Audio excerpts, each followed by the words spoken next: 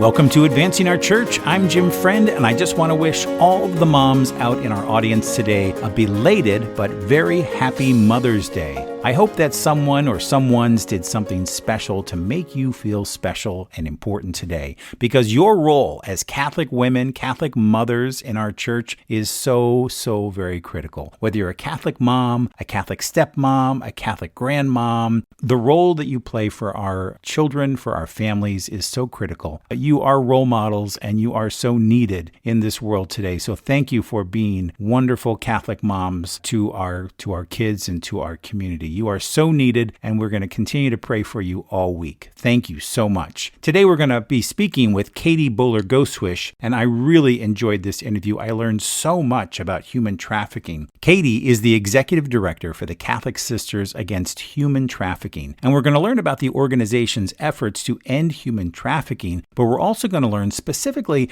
how predators cleverly trap both U.S. citizens and immigrants into a life of forced labor, sexual exploitation, and other forms of abuse, and how to be on guard for these traps. We speak specifically about how sometimes college students can get trapped into this life. We'll also hear from Katie about her advice to parents about keeping their kids safe online, and how these efforts are being received both nationally and on the global front. But first, before we get started, I just want to take a moment to thank our sponsor, Changing Our World. If you're involved with fundraising for a Catholic organization and you're looking to make a significant impact in our world, which I know you all are, trying to advance the mission of our church, I know that Changing Our World can help you. Their expert team provides customized philanthropic consulting services. And when I say customized, whether you're a large Catholic organization, a small one, a large parish, or a small one, a big diocese, a medium-sized diocese, they have worked with all shapes and sizes, and they have worked in a way that creates a lasting impression that is positive and that brings forth philanthropy and support. So whether you're starting a new fundraising campaign or if you're looking to improve an existing one, Changing Our World can offer the guidance and support you need to achieve your philanthropic goals. So visit Changing Our World today in the show notes of this episode. They're at changingourworld.com, and I can't give them a stronger endorsement. Thank you to our friends at Changing Our World for sponsoring this episode. And now, let's get to work. Today I welcome Katie Boller Gosewisch, the Executive Director of the Catholic Sisters Against Human Trafficking, which was founded in 2013 by a group of Catholic sisters who were committed to ending human trafficking and support survivors. They've created a national network of resources and support that's made up of 110 congregations of women religious and another 70 plus individuals and groups spread throughout the United States. They're also a member of a much larger network called Talitha Kum, which is an international network of consecrated life working to end human trafficking. Now, Katie brings over 20 years of experience and great skill to her role. She's served as executive director for two Minnesota-based nonprofits, one called Living at Home Network and the other WeCab, both of which focused on serving vulnerable populations with important access to resources like transportation, safe and affordable housing, and medical care. I think you'll find during this conversation that Katie is a committed and vision-driven professional. She's also very well educated in the values of Catholic social teaching. She holds a Master of Arts in Systematic Theology from St. John's University and a Bachelor of Arts in Theology and History from St. Mary's University. And so,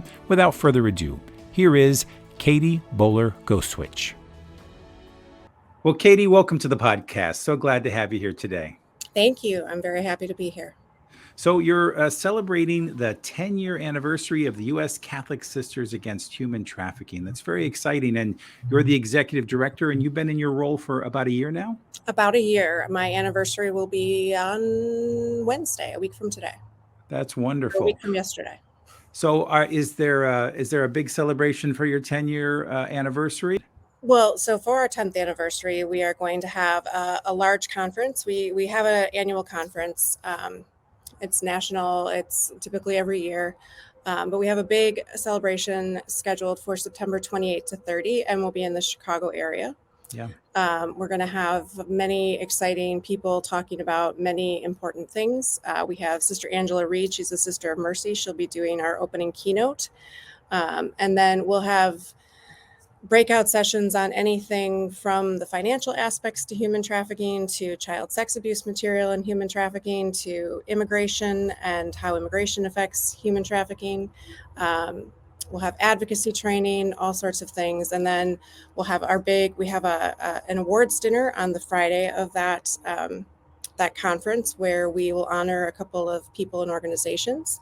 That's the Sister Margaret Nackey Bakita Award that we give out, and it's named after one of our foundresses, Sister Margaret Nackey, and of course Saint Josephine Bakita, who is the patron saint of human trafficking victims and survivors.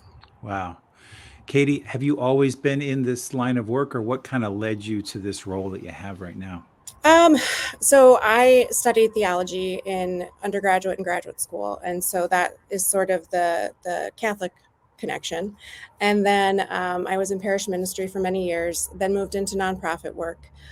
My passion is for protecting children in particular. And so this was a very natural fit for me. I have a great deal of passion around this topic, and the sexual abuse of children, and the just general abuse of children. So Sure, absolutely. And how are you enjoying Michigan? it is lovely, as you can see. Yes, Uh, beautiful background behind you. Yep. those are my toothbrush pines. That's what I call them, because they don't have needles all the way up and down. Mhm. And I enjoy the weather. The weather is a lot more moderate than Minnesota, where I last lived. Okay. So My wife, as I mentioned to you, is from the Detroit area, but she's also spent some time in Minnesota, which I heard is pretty harsh. Yeah. it can be. It's very hot in the summer and very cold in the winter. So tell us a little bit about the origins of the organization. You're celebrating your 10-year anniversary. How did this coalition come together? Well, I think it's not a big secret that Hmm. U.S. women religious are you definitely have a heart for justice. And so 10 years ago, a group of sisters were asked to attend a briefing at the White House. And that is really where it all started, when they really saw the need for an organization sort of across the country that could help connect people and resources, from California to Florida. You have people who are looking for a safe place for a survivor. So how do we connect those people? So we offer a great deal of networking in that sense. They also saw a really great need for national, advocacy at the national level for legislation and corporate advocacy, and education. We see education as a great tool to prevent human trafficking, and if we can prevent, dry up that supply, um, then maybe the demand won't have anywhere to go. So 10 sisters, but 10 years ago, sisters came together in DC, and it sort of kind of grew out of all of that. Wow. And are you connected to different shelters around the country, or how does that work on a practical level when you find folks who are victims of this? So we, as an organization, do not provide direct services. Sure. What we do is we are connected to many houses across the country who do Mm. provide direct services, and we're able to reach out to them if we need to, or connect one to the other.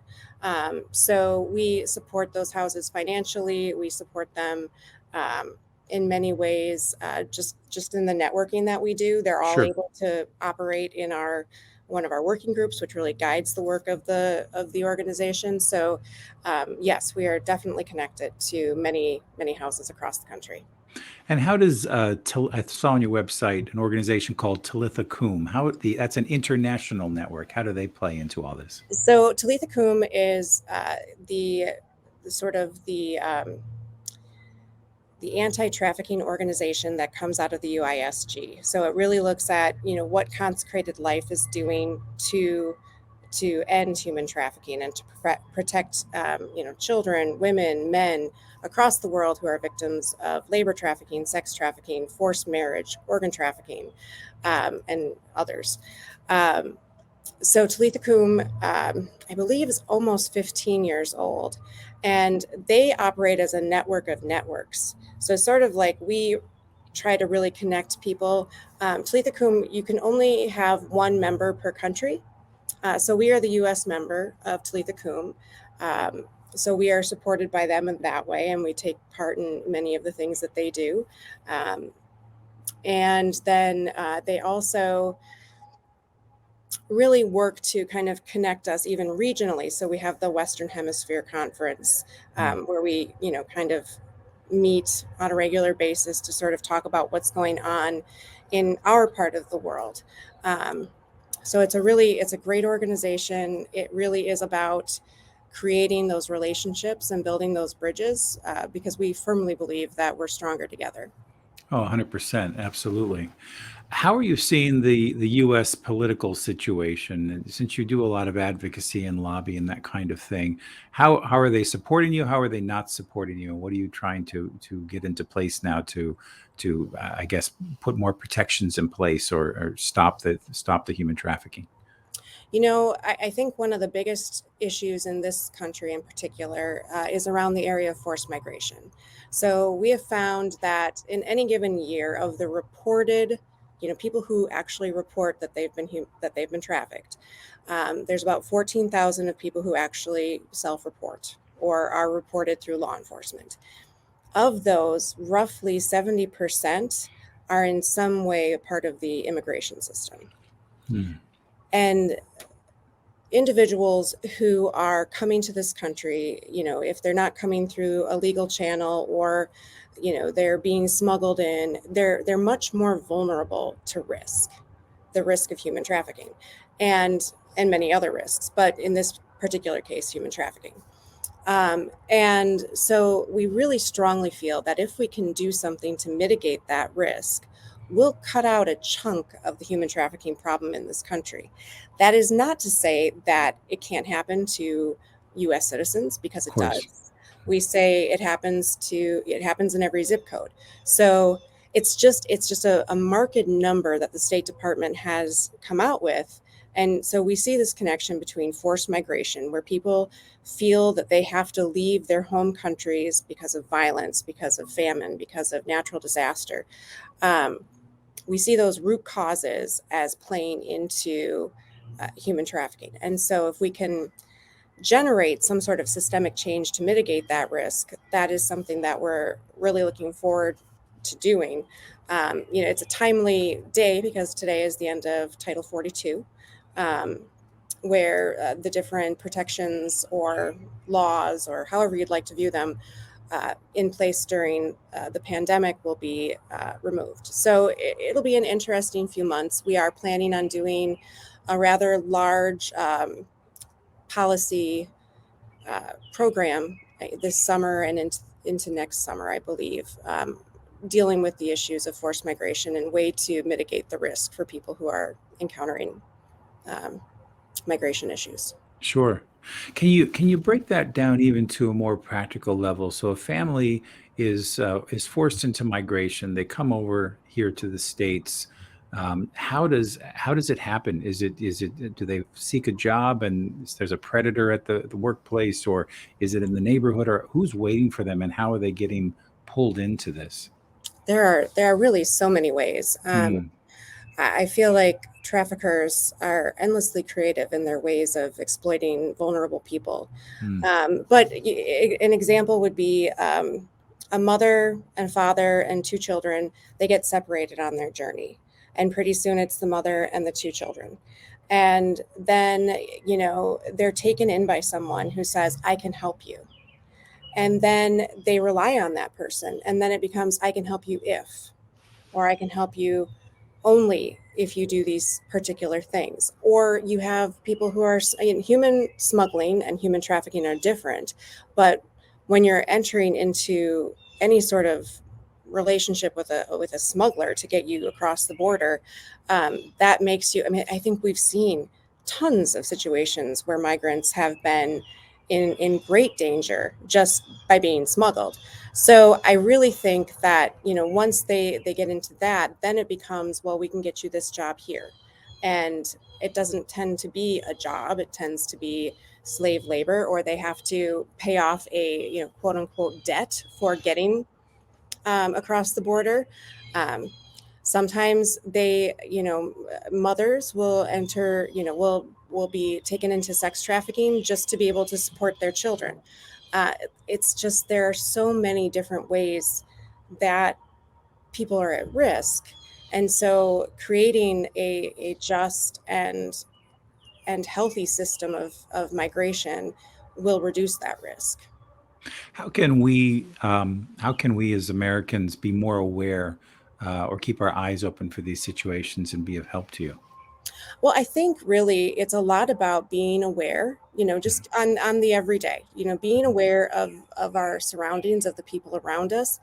Typically speaking, we know that people have the ability they have some intuition about seeing something. And there are many people who just are like, well, it's not my business. I don't want to get involved. I don't want anybody to get in trouble if they're not doing anything wrong. So I'm just going to kind of turn away. So I think the easiest answer is the sort of, if you see something, say something. If you think there's something not quite right about a situation or a scenario, making a report to either the human trafficking hotline or to your local law enforcement, calling 911. All you're doing is maybe having someone go and check on something. You're not necessarily creating, havoc in someone's life, but you could be the difference between someone being able to live and someone being able to live in fear. And Sure. And I would so imagine because as Americans, we tend to shy away or we don't want to get mm, involved or whatever. And there's that natural tendency. But if you see something, it's an old saying, you see something, say something, in other words. right, Yeah. exactly. And I think it's definitely part of the human trafficking campaign. I think the State Department or maybe DHS um, is really big on the if you see something, say something when it comes to human trafficking. Another thing we can do as Americans that I think we don't think about as often is sort of take action with our dollars. Like, how are we spending money? Are we spending money on things that are sustainable, that are ethically sourced, that are ethically, that the labor is ethical? I think about, the chocolate industry. That's a huge thing. Our clothing, this kind of idea that clothing is sort of disposable, and so we just kind of use it and get rid of it, and because it's cheap. Um, and when things are cheap for us, it generally means, that it's something to look into, that it's something that we should take, a little bit of a deeper dive and see where the things that we are buying are coming from and who's producing them, and Absolutely. and then vote with your money. That makes sense. That makes sense. Where do you see these issues going in the future? Like what's on the horizon? I think for the country, when I look at our understanding of what human trafficking was even 10 years ago versus 15 years ago and 20 years ago, this isn't a new phenomenon. This is something that's been happening for millennia.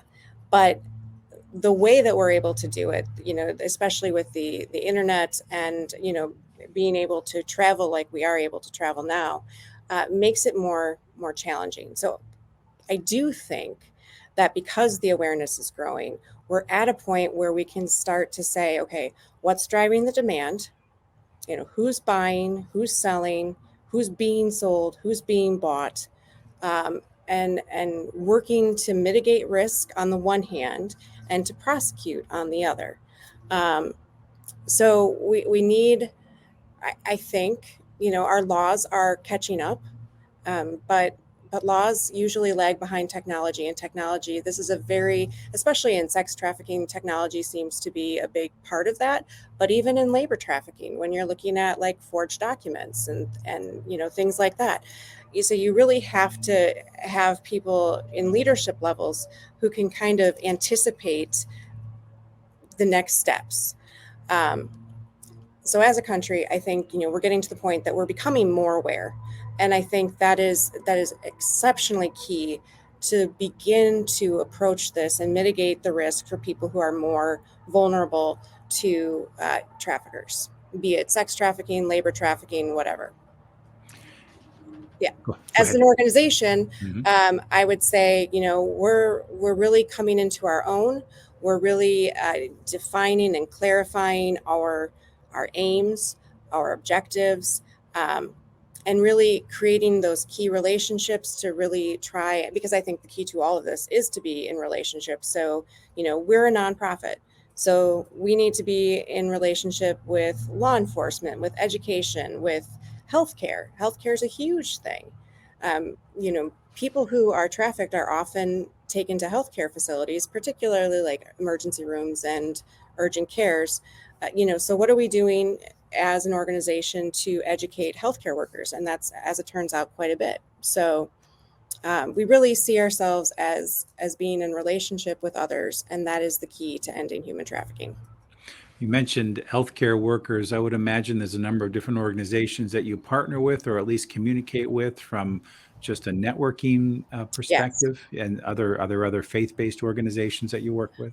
Yes, yes to both. So we Mhm. work with a variety of different organizations: Catholic Health Association, Catholic Charities USA. Um, that tends to cover a lot of health and a lot of faith-based Sure. organizations. There are other, like I said, we're connected to houses across the country that are faith-based. Um, where they act out of the call to justice. Um, and so we all sort of have to work together and share resources and share, you know, best practices and ways to grow and learn and be more effective. Mhm. As parents, I'm the father of three young adults, and I worry about them all the time being away at college. As parent, how common is it for Americans, just regular citizens like you and me, to be kidnapped or trafficked or pulled into this kind of a world? Yeah, I think the key word is pulled in. It's not. I know that a while ago there was a movie called Taken, and that sort of set up this kind of idea Right. about how human trafficking happens. And I think that while that movie did a great job getting the issue of human trafficking in front of the average person, it doesn't often, though it can, happen where people are kidnapped and taken into a van and then sold overseas. And but it happens right here, and it's typically a grooming process. So traffickers look to see who they think they can get. They work on building that relationship, and pretty soon it's, if you love me you'll do this, and then pretty soon it's, if you don't do this I'm going to hurt X, Y, or Z. Sometimes it's family members who traffic, and very oftentimes it's family members who are the traffickers. So familial trafficking is a huge thing. Trafficking is becoming a big thing on college campuses, like you mentioned. Um, being worried about young adults on college campuses. So, students who are worried about paying their tuition are looking for different ways to make money. And then there's, sugar daddy dating, or, there's all these different, like I said, endlessly creative. Um, if they could just channel their creativity into something else, it would be nice. But it's just, as parents, to go back to your original question, how do we approach this? I think the key is to start early and start young. And even if you haven't done this, you can always build it back in, but really working on boundaries. What is okay for you? Who is this and who does this belong to? You. Who's okay to touch it? Only if you say, different things that you can kind of gradually build on as your child ages. So you talk about the word no. What does the word no mean? What does the word stop mean? How do we know if somebody is listening to us or not listening to us? How do we know what to do in a situation where we don't feel safe? And when do we start dealing with that? Are we especially, I don't know if you have girls or not, but girls are much more societally inclined or trained to be polite, Mm. because you don't want to sound mean, you don't want to come across as harsh, and sometimes being polite can get you into trouble because you don't want to offend anybody. And so if somebody's behind you and you're worried about it and you're walking to your car at night, and that's more of a kidnap situation, but these are times where I think we really need to teach our children that boundaries are key. And if people aren't respecting your boundaries and they're trying to manipulate you, then that's something to look at. And talk about little red flags. What are Sure. these little incremental steps that people are getting to get you to a point where you're going to do something that you don't want to. And probably identifying those red flags too, and being mindful. One incident might happen and we might overlook it, or they might overlook it. But Right. if there's a pattern that develops, then Right. to train them in that way. Yeah. I definitely would agree that, and it applies across so many, there's intimate partner violence where that's the same thing, where, it happens one time and you decide to overlook it. Then it happens a second time, and then it happens a third time. And every time you can sort of talk yourself out of doing what you know is right for you, and it's teaching our kids, and it's not just girls, it's boys too. It is absolutely 100% boys too. We're seeing a ton of sextortion. um, I know the National Center for Missing and Exploited Children, they have a great program for middle and high school youth covering the issue of sextortion, and they do have a lot on things for elementary students, especially around um, online safety. That's another big issue. It's a Sure. huge issue. That's where traffickers, they get them in video games and social media and all sorts of places where they find a way to get at children. Well, you led into my next question. You had hinted at online before. Maybe tell us a little bit for the parents that are listening, or even if there's others that are listening. Right. What are some of the warning signs when it comes to social media, because they're on it quite a bit? Well, for me, I wouldn't have children on social media until they're much older. So I would say sophomore, junior year of high school. You want to be able to have them on it while they're still in your household, so they know how to use it properly, so you can teach them what is okay. But I was it the Surgeon General that just came out talking about how bad social media is for children. So that's outside of trafficking. Then there are the traffickers who get into the instant messages, who kids will just pick up random friends. They don't necessarily know who these people are.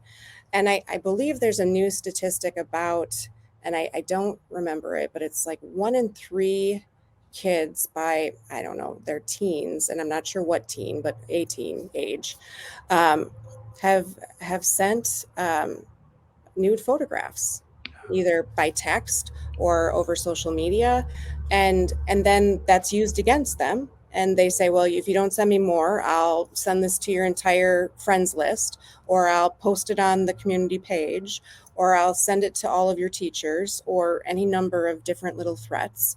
And I think it's key to remember that getting law enforcement involved is exceptionally important.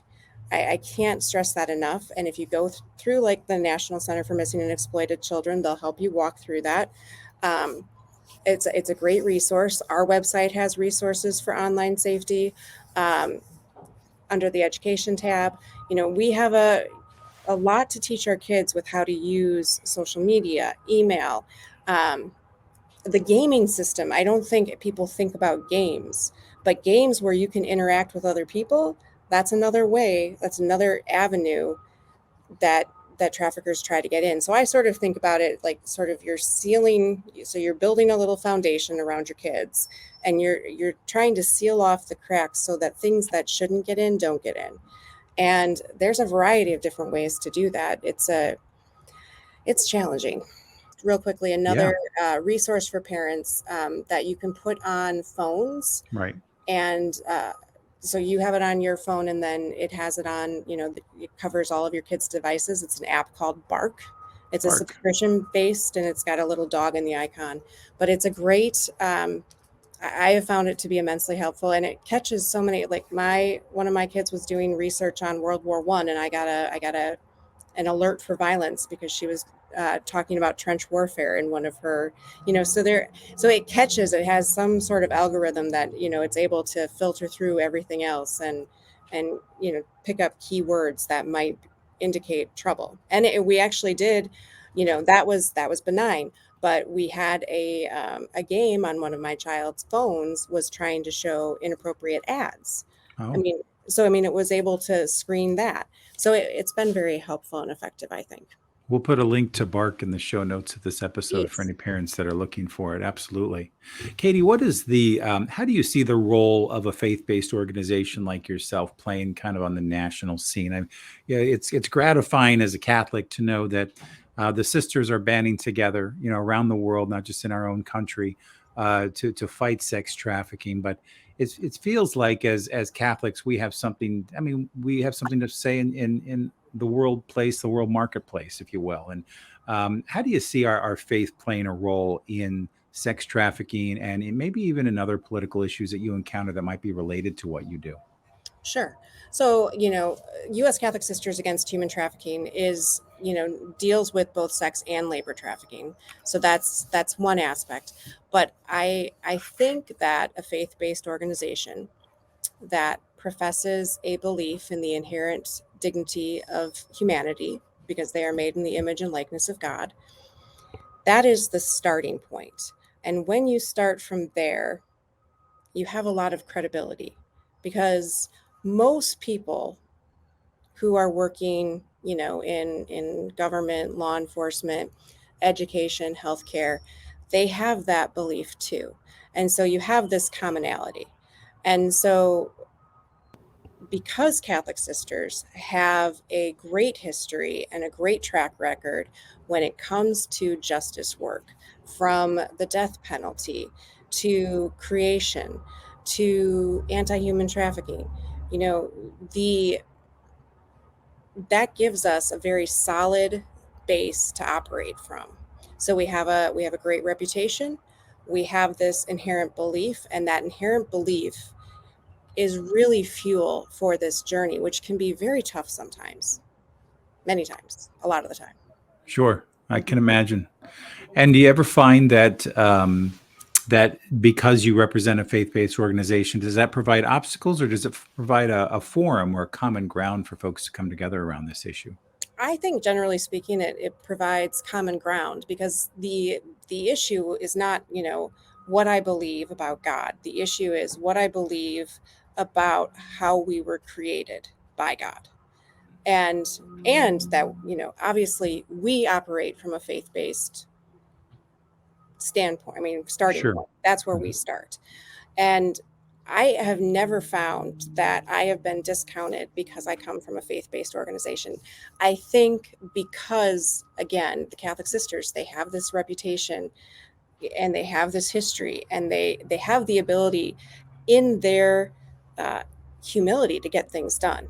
You know, if you want something done, I can't think of anyone better to ask than a Catholic sister, because it just gets done. They're very, very, they sort of fly under the radar. They're not looking for their own glory. They're not looking for their name in lights.